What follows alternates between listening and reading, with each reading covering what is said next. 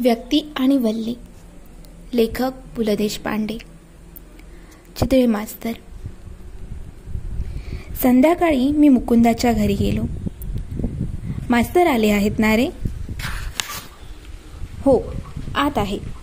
बेबीला गोष्ट सांगतायत. मला एकदम आठवले. मुकुंदाची 5-6 वर्षांची मुलगी गेले वर्षभर पोलिओ होऊन बिछाण्यावर पडली होती.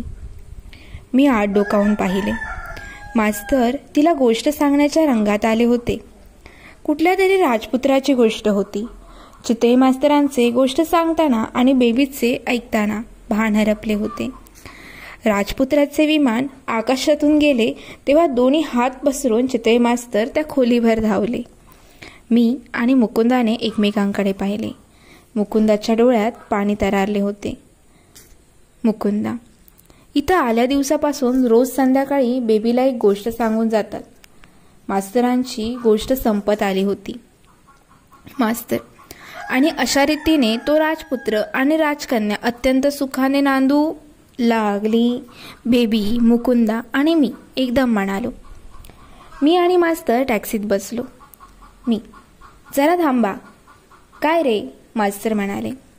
काही नाही, जुनी सेवा. पायात चप्पल नाही तुमच्या. मी, मास्तर, राहिल्या वाटतं. राहू दे, उद्या यायचंच आहे. थांबा, मी आणतो. मी, मास्तर, छे खुळा की काय? मी वर गेलो. मुकुंदाच्या दारातल्या चपलांच्या स्टँडवरून मास्तरांच्या चपला शोधून काढणे अवघड नाही गेले. कुठल्याच चपलांच्या टाचा इतक्या झिजलेल्या नव्हत्या.